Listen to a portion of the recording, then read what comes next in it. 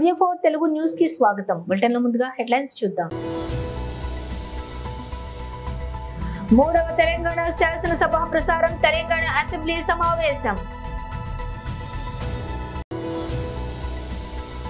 ప్రత్యక్ష ప్రసారం, బీజేపీ రాష్ట్ర అధికార ప్రతినిధి Shrimati Rani Rudrama press meet. BJP Telangana. Tenali నియోజకవర్గంలో లేఅవుట్లను పూర్తి స్థాయిలో పరిశీలించిన మంత్రి శ్రీ నాదెండ్ల మనోహర్. రైతు సంఖ్యపై కాంగ్రెస్ ప్రభుత్వం మాయమాటలు చెబుతోంది. మాజీ మంత్రి సింగిరెడ్డి నిరంజన్ రెడ్డి. ఇక డీటెయిల్స్ చూస్తే మూడవ తెలంగాణ శాసనసభ ప్రసారం, తెలంగాణ అసెంబ్లీ సమావేశం. అక్బరుద్దీన్ ఓవైసీ గారు, డాక్టర్ పాల్వాయి హరీష్ బాబు గారు, దానం నాగేందర్ గారు చాలా విషయాలు మాట్లాడినరు. ప్రధానంగా హైదరాబాద్ నగరానికి సంబంధించిన చర్చ ఇది. దీనికి సంబంధించి వివిధ సందర్భాలలో వివిధ ప్రభుత్వాలు ఈ నగరాన్ని విశ్వనగరంగా మార్చడానికి వారి వారి శాయశక్తుల ప్రయత్నం చేసిండ్రు. కొన్ని అంశాలు అక్బరుద్దీన్ ఓవైసీ గారు ప్రస్తావించిండ్రు. కొన్ని విషయాలు నేను కూడా చెప్పదలుచుకున్నాను.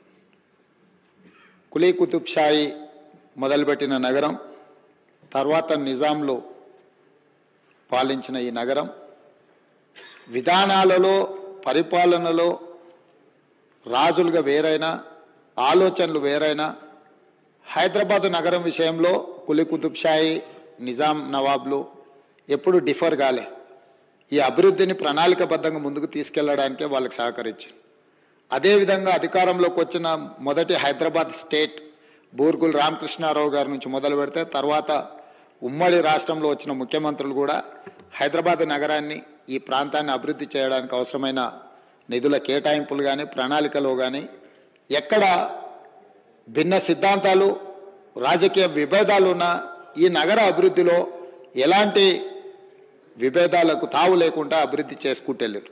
హైదరాబాద్ నగరానికి సంబంధించి దానం నాగేందర్ గారు మొదటి నుంచి ఇక్కడ పుట్టి పెరిగిండు. ఈ ప్రాంతం వాడు, ప్రతి గల్లీలో ఏం సమస్య ఉందో తెలుసు. చాలా విషయాలు వారు ప్రస్తావించారు. ఇందులో డెఫినెట్గా హైడ్రాలో రేపు భవిష్యత్తులో స్థానిక ఎమ్మెల్యేలను కూడా దాన్ని చర్చలు జరిగినప్పుడు అవసరమైనప్పుడు వాళ్ళందరినీ కూడా ఇందులో భాగస్వామ్యం చేసి వారి సలహాలు సూచనలు తీసుకోవడానికి మాకు ఎలాంటి అభ్యంతరం లేదు. ఇక్కడ ప్రధానంగా హైడ్రా తీసుకురావడానికి ఉద్దేశాన్ని ఈరోజు తెలంగాణ రాష్ట్ర ప్రజలకు నేను చెప్పదలుచుకున్నా. మనకు హైదరాబాద్ మున్సిపల్ కార్పొరేషన్ ఉండే, కానీ నగరం విస్తరిస్తున్నప్పుడు వివిధ జిల్లాలు, వివిధ రాష్ట్రాలు, వివిధ దేశాల నుంచి ఈ ప్రాంతానికి వ్యాపారాల మీద, పెట్టుబడుల మీద, లేకపోతే ఉద్యోగాల మీద వివిధ ప్రాంతాల ప్రజలు వచ్చినప్పుడు నగరం యొక్క అవసరాలు పెరిగినాయి. ఈరోజు మీరు చార్మినార్ దగ్గరికి వెళ్ళి చూడండి, చార్మినార్ కానీ ఏక్ మినార్ దగ్గరికి వెళ్ళి చూడండి, గుల్జార్ హౌస్ తీసుకోండి, పత్తర్గట్టి తీసుకోండి, మదీనా హోటల్ తీసుకోండి, సిటీ కాలేజ్ తీసుకోండి, ఆడ ఆయుష్మాన్ అక్కడ హాస్పిటల్కే కుచ్ ఆయుష్ హాస్పిటల్ తీసుకోండి, యునానీ హాస్పిటల్, యునానీ హాస్పిటల్ తీసుకోండి. మీరు ఏదైనా అవసరానికి ఎక్కడి నుంచైనా వ్యాపార రూపంలో కానీ లేకపోతే ఇతర కొనుగోలు విషయంలో, బేగం బజార్ విషయంలో కానీ, మోజంజాయ్ మార్కెట్ కానీ, మీకు ఫ్రూట్స్ కొనాలంటే మోజంజాయ్ మార్కెట్లో దొరుకుతుండే, రకరకాల పక్షులు కావాలంటే కబూతర్ ఖానాకి వెళ్తే దొరుకుతుంది, మీకు రకరకాల రాళ్ళు వీటి నగిసీలు చెక్కడానికి పత్తర్గట్టిలో ఉంటుండే, అక్కడనే మీకు బట్టల కోసం మన కాడ వ్యవస్థ ఉన్నది, మీకు గాజులు లాడ్ బజార్, చుడియా అంటే ప్రపంచంలోనే ప్రసిద్ధిగాంచిన డిఫరెంట్ డిజైన్స్ మహిళల్ని ఆకర్షించడానికి అక్కడ రాజస్థానీ, బీహార్ నుంచి వచ్చిన కార్మికులు అక్కడ చుడి బజార్లో మీకు అక్కడ దొరుకుతాయి. గుల్జార్ హౌస్లో అధ్యక్ష ఈరోజు కూడా ప్రపంచంలో ఎక్కడ ఏ నోటైనా ఉండండి, ఎక్కడైనా చెల్లండి, రిజర్వ్ బ్యాంకులో కూడా చెల్లదో కానీ మీరు ఎలాంటి నోటు తీసుకెళ్ళినా గుల్జార్ హౌస్కి వెళ్తే పక్కనే కొన్ని షాపులు ఉంటాయి, మిమ్మల్ని ఇమ్మీడియట్గా తీసుకొని ఏ కరెన్సీ కావాలన్నా ఇస్తాడు. ఏ దేశం కరెన్సీ అయినా ఆ కరెన్సీని మార్చుకోవడానికి అక్కడ అన్ని ఏర్పాట్లు చేసింది. ఇవన్నీ కూడా నిజాం సర్కార్ ఇప్పుడు మన వాళ్ళు స్పెషల్ ఎకనామిక్ జోన్ అని, షాపింగ్ మాల్స్ అని, షాపింగ్ అవుట్లెట్స్ అని, మేము అమెరికాలో చూసి వచ్చినామని, లేకపోతే ఇతర దేశాలలో చూసి వచ్చినాం, దుబాయ్లో షాపింగ్ మాల్ పోతే అన్ని ఒక దగ్గర దొరుకుతాయి, ఇట్లాంటి మనం చర్చలు వింటున్నాం. 300 years back he has design for everything. ఏమి కావాలన్నా ఎవరు వచ్చినా, ఇంక్లూడింగ్ ఎంటర్టైన్మెంట్ కూడా, కవాలి కోసం, ముజరాల కోసం, మీకు మెహందీ బజార్ అక్కడ ఒక ఎంటర్టైన్మెంట్. అంటే ఎంటర్‌ప్రెన్యూర్స్ వచ్చినప్పుడు లేట్ ఇన్ ద ఈవినింగ్ వాళ్ళకి ఎక్కడికి వెళ్ళాలి అని అంటే అట్లాంటి ప్రాంతాలను కూడా అన్ని ఒక సంస్కృతిని నిజాం సర్కార్ మనకు ఓల్డ్ సిటీలో చార్మినార్ చుట్టూ ఒక మినార్, ఒక స్ట్రక్చర్, ఒక దేశం యొక్క సాంప్రదాయము, లేకపోతే ఒక పరిపాలన యొక్క సింబాలిక్ స్ట్రక్చర్లో ఉంటుంది. అది ఈఫిల్ టవర్ కావచ్చు, లేకపోతే స్టాచ్యూ ఆఫ్ లిబర్టీ కావచ్చు. ఇట్లా ప్రతి నగరానికి, ప్రతి దేశానికి ఒకటి ఉన్నట్టు హైదరాబాద్ నగరానికి చార్మినార్ ఒక symbol of our culture. So ఇట్లాంటి గొప్ప గొప్ప చారిత్రాత్మకమైన కట్టడాలతో పాటు మీరు చూడండి. ప్రత్యక్ష ప్రసారం బీజేపీ రాష్ట్ర అధికార ప్రతినిధి Shrimati Rani Rudrama, press meet BJP Telangana. Media మిత్రులకు నమస్కారం. బడ్జెట్ సమావేశాలు అయిపోయినాయి తెలంగాణ రాష్ట్రంలో. బడ్జెట్ సమావేశాలు జరిగినన్ని రోజులు గత ఎన్నికల ప్రచారం, ఈ 8 నెలల కాలంలో కాంగ్రెస్ పార్టీ, గత 10 సంవత్సరాల కాలంలో బీఆర్ఎస్ పార్టీ. తెలంగాణ సామెత పాడిందే పాడరా అని ఇక నేను పూర్తి చేయదలుచుకోలే, మళ్ళీ అదొక పెద్ద పంచాయతీ అవుతుంది. ఆ సామెత చెప్పినట్టు వాస్తవాలకు విరుద్ధంగా, జనం ఏమనుకుంటారో అనేటువంటి ఆలోచన కూడా లేకుండా, అన్నీ కేంద్రం నుంచి వస్తుంటే తీసుకొని లోపటేసుకొని మళ్ళా మాకేమియలే అని గుండుసున్న స్తోత్రం బీఆర్ఎస్ వాళ్ళు చదివినరు, గాడిద గుడ్డు స్తోత్రం కాంగ్రెస్ వాళ్ళు చదువుతున్నారు ఇంకా కూడా. అయితే ఇదే కాంగ్రెస్ ప్రభుత్వం అసెంబ్లీలో మొన్న క్యాగ్ రిపోర్టు ప్రవేశపెట్టింది. క్యాగ్ రిపోర్ట్లో ఉన్నటువంటి డేటా చూస్తే, హెల్త్ సెక్టార్కి సంబంధించినటువంటి డేటా క్యాగ్ రిపోర్ట్లో సబ్మిట్ అయింది కనుక చూస్తే, ఇది కాంగ్రెస్ పార్టీకి బీఆర్ఎస్ పార్టీకి చెంపదెబ్బ లాంటిది. మళ్ళీ వాళ్ళన్న గాడిద గుండు సున్నా అని మాట్లాడితే ఎడమ చేతితోటి చెంప మీద కొట్టినట్టే లెక్క. ఎందుకంటే క్యాగ్ రిపోర్ట్ ఏమి భారతీయ జనతా పార్టీ రాయలే, భారతీయ జనతా పార్టీ తెలంగాణ రాష్ట్ర శాఖ నాయకులు రాయలే, భారతీయ జనతా పార్టీ జాతీయ నాయకులు రాయలే, లేకపోతే మా కేంద్ర వైద్య ఆరోగ్య శాఖ మంత్రి గారు రాయలే. మీ ప్రభుత్వం సబ్మిట్ చేసిందే. మీ ప్రభుత్వం ఇచ్చినటువంటి లెక్కల ఆధారంగా రాసిందే. క్యాగ్ రిపోర్ట్లో కేంద్రం నుంచి తెలంగాణ రాష్ట్రానికి ఒక్క వైద్య ఆరోగ్య శాఖలోనే ఎన్ని పైసలు వచ్చినాయి, ఏ పథకాల రూపంలో వచ్చినాయి, ఎప్పుడెప్పుడు వచ్చినాయి, ఎన్ని తెలంగాణ రాష్ట్రంలో ఉపయోగించిండ్రు, తెలంగాణ రాష్ట్రం తన వంతు వాటా కట్టకపోతే ఏ స్కీమ్ల పైసలు మురిగిపోయి వెనక్కి పోయినాయి అనేటువంటిది చాలా స్పష్టంగా క్యాగ్ రిపోర్ట్లో ఇవ్వటం జరిగింది. దీన్ని బట్టి చూస్తే ఇది ఒక్క శాఖది. మనకు అర్థం కావాల్సిన విషయం ఏంటంటే, చాలా దుర్మార్గమైనటువంటి వ్యవహారాన్ని వీళ్ళు చేస్తున్నారనడానికి నిదర్శనం.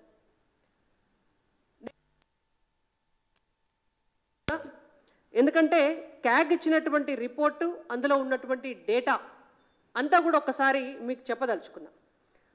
దానికంటే ముందు ఇంకొక విషయం, ఎక్కడైనా కూడా మీరు బాగా రూల్స్ గురించి, రెగ్యులేషన్స్ గురించి, నామ్స్ గురించి, వాటాల గురించి మాట్లాడేటటువంటి రేవంత్ రెడ్డి గారు నేషనల్ హెల్త్ మిషన్ 2017 నామ్స్ ప్రకారం ఒక రాష్ట్ర బడ్జెట్లో ఖచ్చితంగా 8% పైచిలుకు నిధులు వైద్య ఆరోగ్య శాఖకు కేటాయించాలి. మరి మీరు ఆ నామ్స్ అన్నిటినీ కూడా తుంగలో తొక్కి ఇవాళ 3.9% ఆఫ్ నిధులను మాత్రమే వైద్య ఆరోగ్య శాఖకు కేటాయించారు. ఇంకో దౌర్భాగ్యమైన పరిస్థితి ఏంటంటే, గత 10 సంవత్సరాల కాలంలో కూడా కేటాయింపులు గట్లనే ఉన్నాయి. ఎన్నడూ 4% దాటలే, ఎన్నడూ ఆ కేటాయించిన 4% కూడా ఖర్చు పెట్టలే. ఇప్పుడు 3.9% కేటాయించిండ్రు. మరి అందులో ఎన్ని ఖర్చు పెడతారు? ఎన్ని మురుగబెడతారు అనేటువంటిది మనకు మళ్ళా రివైజ్డ్ బడ్జెట్లో చూస్తే కానీ తెలియదు. గత 10 సంవత్సరాల కాలంలో తెలంగాణ రాష్ట్రానికి ఒక్క వైద్య ఆరోగ్య శాఖకు సంబంధించి 16 నుంచి మెన్షన్ చేయడం జరిగింది. అంతకంటే ముందున్నటువంటి 2 సంవత్సరాలు లాస్ట్ ఇయర్ అటుపోయిన ఇయర్ క్యాగ్ రిపోర్ట్లో వాళ్ళు మెన్షన్ చేశారు. అయితే ఈ రిపోర్టు 2021-2022 వరకు దొరికినటువంటి డేటా మొత్తం వాళ్ళు పొందుపరచడం జరిగింది. 2016-2017 సంవత్సరానికి గవర్నమెంట్ ఆఫ్ ఇండియా కేంద్ర ప్రభుత్వం తెలంగాణ వైద్య ఆరోగ్య శాఖకు అలొకేషన్ చేసినటువంటి బడ్జెట్ 1201 కోటి 1200 కోట్ల రూపాయలు. 2017-2018 సంవత్సరానికి కేంద్రం నుంచి తెలంగాణ రాష్ట్రానికి అలొకేషన్ అయినటువంటి బడ్జెట్ వైద్య ఆరోగ్య శాఖకు 1660 కోట్ల రూపాయలు. 2018-2019కి కేంద్రం నుంచి తెలంగాణ రాష్ట్రానికి అలొకేట్ అయిన బడ్జెట్ 1466 కోట్ల రూపాయలు. 2019-2020 సంవత్సరానికి 1839 కోట్ల రూపాయలు. 2020-2021కి 2310 కోట్ల రూపాయలు. 2021-2022కి 939 కోట్ల రూపాయలు. ఇది కేవలం క్యాగ్లో ఇచ్చినటువంటి 6 సంవత్సరాల డేటానే నేను మీకు చెప్తున్నా. ఇది కేంద్రం నుంచి మనకు వచ్చినటువంటి పైసలు. దీంతో పాటు ఒక డైరెక్ట్గా వీటికి మళ్ళా ట్యాక్స్ డెవల్యూషన్ ఫండ్స్కి సంబంధం లేదు. ఇది సపరేట్గా ఈ శాఖకు వచ్చినటువంటి పైసలే. వీటితో పాటుగా నేను మీకు ఇంకొక డేటా కూడా చూపిస్తా. అది క్యాగ్ రిపోర్ట్లో మీరు కూడా చూసుకోవచ్చు, మా మీడియా మిత్రులు కూడా చూడొచ్చు. ఇందాక నేను చెప్పిన డీటెయిల్స్ అన్నీ కూడా పేజ్ నెంబర్ 163లో ఉంటే పేజ్ నెంబర్ 170 క్యాగ్ రిపోర్ట్ ఇచ్చినటువంటి ఫైనాన్స్ దాంట్లో ఇంకొకటి చాలా స్పష్టంగా ఉంటుంది. నేషనల్ హెల్త్ మిషన్ ద్వారా ఇంప్లిమెంట్ అవుతున్నటువంటి అన్ని స్కీమ్లకు సంబంధించి తెలంగాణ రాష్ట్రంలో సెంట్రల్ గవర్నమెంట్ షేర్ 60% ఉంటే స్టేట్ గవర్నమెంట్ షేర్ 40% ఉంటుంది. దీనికి సంబంధించి ఈ మిషన్లో సంబంధించి కూడా తెలంగాణ రాష్ట్రానికి కేంద్రం నుంచి రిలీజ్ అయినటువంటి విడుదలైనటువంటి నిధులు 2016-2017 సంవత్సరానికి 856 కోట్లు, 2017-2018కి 570 కోట్లు, 2018-2019 ఆర్థిక సంవత్సరానికి 520 కోట్లు, 2019-2020 ఆర్థిక సంవత్సరానికి 649 కోట్లు, 2020-2021 ఆర్థిక సంవత్సరానికి 1765 కోట్లు, 2021-2022 ఆర్థిక సంవత్సరానికి 1246 కోట్లు. ఈ డబ్బంతా ఓన్లీ 6 సంవత్సరాలు 2016 నుంచి 2022 వరకు కేంద్ర ప్రభుత్వం తన వాటాగా నేషనల్ హెల్త్ మిషన్ కింద తెలంగాణలో ఇంప్లిమెంట్ అవుతున్నటువంటి స్కీమ్ల కోసం రిలీజ్ చేసినటువంటి డేటా. దీంట్లో 40% స్టేట్ గవర్నమెంట్ షేర్ ఉంటుంది, 60% సెంట్రల్ ఇచ్చినటువంటి డబ్బుల వివరాలు నేను మీకు ఇప్పుడు చెప్పడం జరిగింది.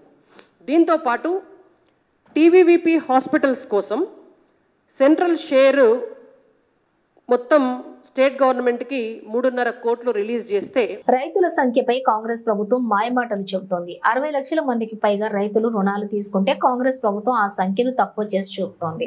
మాజీ మంత్రి సింగిరెడ్డి నిరంజన్ రెడ్డి తెలంగాణ సర్కార్ దిగిపోయే నాటికి రైతు బంధు ఖాతాలే 69 లక్షల పైచీలకు మందికి ఉంటే రుణాలు తీసుకున్నటువంటి రైతుల సంఖ్య 60 లక్షల పైచీలకు ఉంది.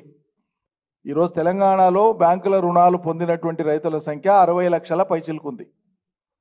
మరి ఈ 60 లక్షల పైచీలకు రుణాలు పొందినటువంటి రైతులు ఉన్నప్పుడు నేను గతంలో కూడా చాలాసార్లు చెప్పినా, మళ్ళొకసారి రీటరేట్ చేస్తున్నా, పునరుద్ఘాటిస్తున్నా, 5 ఎకరాల లోపు భూమి ఉండేటువంటి రైతుల సంఖ్యనే ఎక్కువ. 92.5% భూమి 5 ఎకరాల లోపు ఉన్న రైతుల చేతిలో ఉంది. అటువంటిప్పుడు 1 లక్ష లోపు రుణం, 1 లక్షకు మించి 5 ఎకరాల లోపు ఉండేటువంటి రైతులకు రుణం ఏ బ్యాంకులు ఇవ్వలేదు. అటువంటిప్పుడు అత్యధిక 1 లక్ష రూపాయల రుణం కలిగినటువంటి రైతుల సంఖ్య గత ప్రభుత్వంలో 39 లక్షలు ఉంటే మా ప్రభుత్వంలో ఇప్పుడు అది ఖచ్చితంగా 40 నుంచి 45 లక్షల మధ్యలో ఉండాల. 40 నుంచి 45 లక్షల సంఖ్యగా ఉండాల లక్షలోపు రుణాలు పొందినటువంటి వాళ్ళు. లేదు వీళ్ళు కొందరు ఓవర్లాప్ అయి 1.5 పడింది అనుకుంటే కూడా మీరు మొదటిసారి రెండోసారి కలిపి చేసింది ఎంత? ఇప్పుడు రైతుల సంఖ్య ఎంత? 11 లక్షలు మొదటిసారి. రెండోసారి చేసింది ఎంత? 1,00,000 నుంచి 1,50,000 మధ్యలో చేసింది ఎంత? 6,000 పైచిలకు, 5 లక్షల పైచిలకు. అంటే మొత్తం ఎన్ని లక్షల మంది అన్నట్లు? మరి ఈ రైతుల సంఖ్య అంతా ఎడిపోయింది. రైతులు మాయమైపోయినరా మీ లెక్కన? లేకుంటే సంఖ్యను మీరు మాయం చేస్తారా? ఇచ్చినమని నమ్మబలకడం కోసం మీరు చెప్తున్నారు, కానీ అసలు రుణమాఫీపై రైతుల సంఖ్యపై మీరు స్పష్టత ఎందుకు ఇస్తలేరు? మొదటి నుంచి ఇప్పటిదాకా రుణమాఫీకి అర్హమైనటువంటి రైతుల సంఖ్య జిల్లాల వారీగా ఇది ఎందుకు ఇస్తలేరు? ఏం గోప్యం ఉంది దీంట్లో? ఎందుకు గోప్యత మెయింటైన్ చేస్తున్నారు? ఈ రహస్యానికి కారణం ఏంది? Congress party Chevella SC declaration కు అనుగుణంగా నిధులు కేటాయించాలని డిమాండ్ చేస్తూ బీజేపీ ఎస్సీ మోర్చా సిద్దిపేట జిల్లా అధ్యక్షులు నతి శివకుమార్ ఆధ్వర్యంలో గజ్వేల్ ఐఓసీలో ఎంఆర్ఓకి వినతి పత్రం ఇవ్వడం జరిగింది.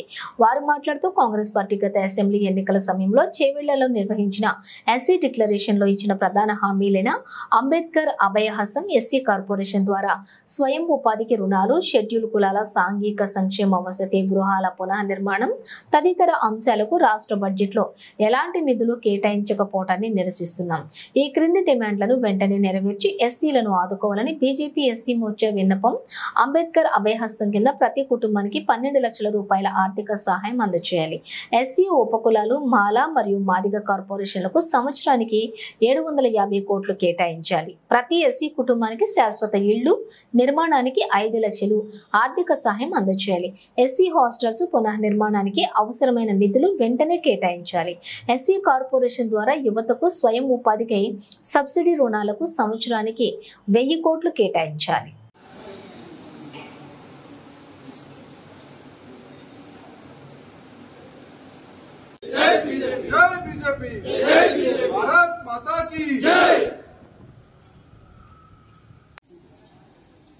కాంగ్రెస్ పార్టీ గత అసెంబ్లీ ఎన్నికల్లో చేవెళ్లలో నిర్వహించిన ఎస్సీ డిక్లరేషన్ సభలో ప్రధాన అంశాలైన హామీలను ఇచ్చింది. అది అంబేద్కర్ అభయహస్తం కింద ప్రతి ఎస్సీ కుటుంబానికి 12 లక్షల రూపాయలు దళిత బంధులాగా ఇస్తానని చెప్పింది. అలాగే ఎస్సీ కార్పొరేషన్ నిధులు కూడా ప్రతి సంవత్సరం 750 కోట్లకు పెంచాలని చెప్పి డిమాండ్ చేస్తూ రేవంత్ రెడ్డి గారు వెంటనే వీటిపైన సమీక్ష చేయించి రాష్ట్ర బడ్జెట్ లో ఎలాంటి బడ్జెట్ ను కేటాయించకపోవడంపై ఈరోజు దాన్ని నిరసిస్తూ ఎస్సీ మోర్చా ఆధ్వర్యంలో గజ్వేల్ ఎంఆర్ఓ గారికి వినతి పత్రం ఇవ్వడం జరిగింది. కావున వెంటనే దీనిపై ఆలోచన చేసి ఎస్సీ కుటుంబాలను ఆదుకోవాలని చెప్పి రాష్ట్ర ప్రభుత్వాన్ని డిమాండ్ చేస్తా ఉన్నాం. లేఅవుట్లను పూర్తి స్థాయిలో పరిశీలించిన మంత్రి శ్రీ నాదెండ్ల మనోహర్ ప్రజాధనాన్ని కొల్లగొట్టి సొంత ఆస్తులను పెంచుకోవడానికే గత పాలకులు జగనన్న కాలనీల పథకం తీసుకొచ్చారు తప్ప పేదలకు మేలు చేయడానికి కాదని ఆహార పౌర సరఫరాల శాఖ మార్చులు శ్రీ నాదెండ్ల మనోహర్ స్పష్టం చేశారు. పేదల ఇళ్ల స్థలాల కోసం భూములు కొనుగోళ్లు, గృహ నిర్మాణంలోనూ భారీ అవినీతికి పాల్పడ్డారని అన్నారు. రైతుల నుంచి ఎకరా ₹1,00,00,000 కొనుగోలు చేసి ప్రభుత్వానికి 4-5 రెట్లు ఎక్కువగా విక్రయించి భారీగా ప్రజాధనాన్ని లూటీ చేశారని చెప్పారు. ప్రజాధనాన్ని దోచుకున్న ఏ ఒక్కరిని వదిలిపెట్టే ప్రసక్తే లేదని సమగ్ర విచారణ జరిపించి బాధ్యులను శిక్షిస్తామని హెచ్చరించారు. కూటమి ప్రభుత్వం ఎన్నికల్లో ఇచ్చిన హామీ మేరకు ఇళ్ల నిర్మాణానికి ఇస్తున్న ఆర్థిక సాయాన్ని త్వరలోనే పెంచుతామని, దీనిపై ముఖ్యమంత్రి శ్రీ చంద్రబాబు నాయుడు నిర్ణయం తీసుకున్నారని తెలిపారు. ఆదివారం తెనాలి నియోజకవర్గంలో గృహ నిర్మాణం, ఇళ్ల స్థలాల పట్టాలు సమస్యలపై నిర్వహిస్తున్న అవగాహన సదస్సులో ముఖ్య అతిథిగా పాల్గొన్నారు. అంతకుముందు పెదరావూరు, సిరిపురం, దావులూరు ప్రాంతాలలో పేదల కోసం నిర్మిస్తున్న లేఅవుట్లను పరిశీలించారు. లబ్ధిదారులను సమస్యలు అడిగి తెలుసుకున్నారు. కాలనీల్లో కనీస మౌలిక వసతులు లేకపోవడంపై అధికారులపై ఆగ్రహం వ్యక్తం చేశారు. అవగాహన సదస్సులో శ్రీ మనోహర్ మాట్లాడుతూ కాగితాల్లో చూపించిన దానికి వాస్తవ పరిస్థితికి అసలు పొంతన లేదు. 100 కోట్లు ఖర్చు అయినట్లుగా చూపిస్తున్నారు తప్ప కనీసం కాలనీలో మౌలిక వసతులు కల్పించలేకపోయారు. అస్తవ్యస్తంగా కట్టారు. కొన్ని చోట్ల సరైన వసతులు లేవు. భవన నిర్మాణాలు జరిగేటప్పుడు ముందుగా మనం చేయాల్సింది ఏంటంటే ఇక్కడ సుమారు 3792 మంది లబ్ధిదారుల్ని ఇక్కడ గుర్తించి ఇళ్ల స్థలం ఇస్తామని చెప్పారు. అందులో ఇప్పటివరకు కేటాయించింది 1800 మందికే. ఆ 1800 మందిలో కూడా అంటే ఈ రోజుకి 4 సంవత్సరాలు పూర్తయింది ఈ కార్యక్రమం. 4 సంవత్సరాల్లో కూడా ఆ 1800లో కట్టుకుంది కాస్త కేవలం 489 మంది. ఆ 489 కూడా చూపిస్తున్నారు, కానీ నివసించడానికి మాత్రం పూర్తి స్థాయిలో అక్కడ న్యాయం జరగలేదు. హౌసింగ్ మన రెడ్ క్రాస్ పక్కన బ్లడ్ బ్యాంక్ పక్కన ఉన్న ఆఫీస్కి 10 సార్లు కన్నా ఎక్కువ మంది ఎంతమంది తిరిగారు ఒకసారి చేతులు ఎత్తండి. 150 సార్లు మీరు తిరిగారు. ఎవరికైతే ఇళ్ల స్థలం ఇచ్చామని చెప్పారో వాళ్ళు కనీసం ఇళ్ల స్థలం ఎక్కడుందో కూడా చూపించలేదో వాళ్ళ చేతులు ఎత్తండి. ఓ మై గాడ్, ఇది మరీ అన్యాయంగా ఉంది. ఇంతమందా? ఏమండి 50,000 రూపాయలు రుణాలు తీసుకున్నారు, దానికి కాంట్రాక్టర్ సహకరించలేదు, దయచేసి వాళ్ళ చేతులు లేపండి. సో ఇంతమంది వెనకబడి ఉన్నారు, నాకు కనపడుతున్నారు. ఖచ్చితంగా దానిపైన యాక్షన్ తీసుకోవాలి. ఇంతకుముందే ఒకరిద్దరు మహిళలు పాపం వాళ్ళ ఆవేదన వ్యక్తపరిచినప్పుడు ఇక్కడ ఒక 5 కాంట్రాక్టర్లకి ముఠాలాగా తయారు చేసి ఇక్కడ వాళ్ళకి పనులు చెప్పారు. చాలా మోసం జరిగింది ఇక్కడ, అవునా కదా? కాంట్రాక్టర్లు మోసం చేశారు లేదా మీరు చెప్పండి. సో డెఫినెట్గా నేను పోలీసు వ్యవస్థని నేను కోరాను, స్టేట్మెంట్ తీసుకుని వాళ్ళపైన కఠినంగా వివరించేటట్టు యాక్షన్ తీసుకుందాం. ఎక్కడైతే ప్రభుత్వం నుంచి పొరపాట్లు ఉన్నాయో నేను మీకు మాట ఇస్తున్నాను, నెల రోజుల్లోనే వాటిని సర్దిద్దుకుని మీకు ఇబ్బంది కలగకుండా ఖచ్చితంగా మీకు న్యాయం జరిగేటట్టు, ఏదైతే మీరు కలగన్నారో సొంత గృహ నిర్మాణం చేసుకోవాలన్న ఒక తపనతోటి పాపం ఇంతమంది ఆవేదనతో ఈరోజు వచ్చారు, వాళ్ళందరికీ న్యాయం చేసే బాధ్యత ఈ ప్రభుత్వం తీసుకుంటుందని మనస్ఫూర్తిగా నేను మీకు హామీ ఇస్తున్నాను. నెల రోజుల్లోనే మనందరం మరొకసారి ఇట్లానే ఒకసారి ఇక్కడ కలుసుకుని ఇంకా ఏమైనా సమస్యలు ఉంటే వాటి గురించి పరిష్కారం చేద్దాం. సో ఇంకొక ఆసక్తికరమైన విషయం కూడా మీకు తెలియాలి. ఎందుకంటే మీరు అనుకోవచ్చు ప్రభుత్వంలో సరిగ్గా పనిచేయలేదు అధికార యంత్రాంగం అనుకోవచ్చు, మీరు బాధపడవచ్చు. కానీ వీళ్ళు హడావిడిగా వాళ్ళు దోచుకోవడానికి చేసిన కార్యక్రమం తప్ప పేదవాళ్ళ కోసం చేసిన కార్యక్రమం కాదు. 399 కోట్ల రూపాయలతోటి ఈ భూములు కొన్నారు. 399 కోట్ల రూపాయలతోటి ఈ భూములు కొన్నారు. అది నిజమేనా? వాస్తవమా? రేట్ అట్లా ఉందా ఇక్కడ చెప్పండి. ఎందుకంటే మున్సిపాలిటీ నుంచి మనం రోడ్లు వేయడానికి సిద్ధమైన లేఅవుట్లోనేమో గ్రామీణ ప్రాంతాల నుంచి వచ్చిన లబ్ధిదారులు ఉన్నారు, వేరే గ్రామాల నుంచి వచ్చిన వాళ్ళు ఉన్నారు. పేదరావుడికి సంబంధించిన గ్రామస్తుల్ని మాత్రం తీసుకెళ్ళి ఎక్కడో పాడేశారు. వాళ్ళకి మాత్రం న్యాయం జరగలేదు. ఎవరైతే భూములు ఇవ్వడానికి ముందుకు వచ్చారో రైతులు 90 లక్షలు కోటి రూపాయలు పెట్టి భూములు కొన్నారు వాళ్ళ దగ్గర. ఇది ఖచ్చితంగా సమగ్రమైన విచారణ జరగాలి. నేను తహసీల్దార్ గారు చెప్పాను, దీనిపైన ఎంక్వైరీ వేస్తాం. ఎవరైతే ఆ విధంగా వ్యవహరించారో వాళ్ళపైన యాక్షన్ ఖచ్చితంగా తీసుకుంటుంది ప్రభుత్వం అని చాలా స్పష్టంగా చెప్తున్నాను. కాలువల విషయంలో దయచేసి తెనాలి పట్టణంలో మీ అందరూ చూశారు, ఎందుకంటే ఎక్కువ మంది తెనాలి పట్టణంలో నివసించిన వాళ్ళు. ముందు నుంచే మనం జాగ్రత్త పడపోతే రేపటి రోజున మన కార్యక్రమాలు చేసుకోలేము. మీరు మున్సిపాలిటీ వాళ్ళు రావడం లేదు, కాలువలు తీయడం లేదు, చెత్త సేకరించడం లేదంటే మన అందరం కూడా పౌరులుగా మన బాధ్యతగా మనం భావించుకోవాలి. 30 అడుగుల రోడ్డు మనం విస్తీర్ణ వదిలినప్పుడు దయచేసి మీరు కట్టుకునే ఇంటి దగ్గరే మీరు ఇంకుడు గుంతలు తవ్వుకోవాలి. జాగ్రత్తగా మీరు డ్రైనేజ్ వ్యవస్థను ఏర్పాటు చేసుకోవాలి. రాబోయే రోజుల్లో నేను మీకు మాట ఇస్తున్నాను, ఖచ్చితంగా ఇది ఒక ఆదర్శవంతమైన కాలనీగా మనం మార్చుతాం. చాలా బాగా చేద్దాం. కొంచెం సమయం ఇవ్వండి, నిధులు తీసుకొస్తాను, రోడ్లు వేద్దాం, మీకు కాలువలు కట్టిద్దాం. అదేవిధంగా పాపం చాలామంది పేదవాళ్ళు ఈరోజు కట్టుకోలేని పరిస్థితిలో ఉన్నారు. ఎవరికైతే కొంచెం ఆర్థికంగా బలంగా ఉన్నారో వాళ్ళందరూ కట్టేసుకున్నారు. కొంతమంది అనుకోకుండా డబుల్ ట్రిపుల్ కూడా కట్టేశారు. మరి వాళ్ళ పేదవాళ్ళ కేటగిరీలు ఎట్లా ఉన్నారో మరి నాకు తెలియదు, కానీ కట్టుకున్నారు. ఎవరైతే పాపం కష్టపడి ప్రతిరోజు కూలీ పని చేసుకుంటారో, చిన్న చిన్న జీతాలకి బతుకుతారో వాళ్ళు మాత్రం అక్కడే ఉండిపోయారు. వాళ్ళకి న్యాయం జరగలేదు, ఇది వాస్తవం. సో ఎట్టి పరిస్థితుల్లో కూడా నేను మీకు మాట ఇస్తున్నాను, మార్చి కల్లా దాదాపు కొత్తగా మనకు వచ్చిన లేఅవుట్లో భాగంగా 1900 లబ్ధిదారులు మనం గుర్తించి అదనంగా మనం ఇప్పుడున్న 1889కి ఇంకొక 1900 మందిని మనం చేర్చి వాళ్ళందరికీ కూడా ఇళ్ల స్థలాలు ఇచ్చిన ఇళ్ల స్థలాలకి వాళ్ళకి కేటాయించి పనులు ప్రారంభించేటట్టు తప్పకుండా మేము హౌసింగ్ డిపార్ట్మెంట్ నుంచి అన్ని విధాలుగా మేము దాన్ని కసరత్తు చేసి సిద్ధం అవుతామని మనస్ఫూర్తిగా మీకు చెప్పుకుంటున్నాను. నేను మీకు మాట ఇస్తున్నాను, 100% మీ సమస్య పరిష్కారం మేము చేస్తాం, నెల రోజుల్లోనే చేస్తాం మీ సమస్య పరిష్కారం అని సభాముఖంగా మీకు మాట ఇస్తున్నాను.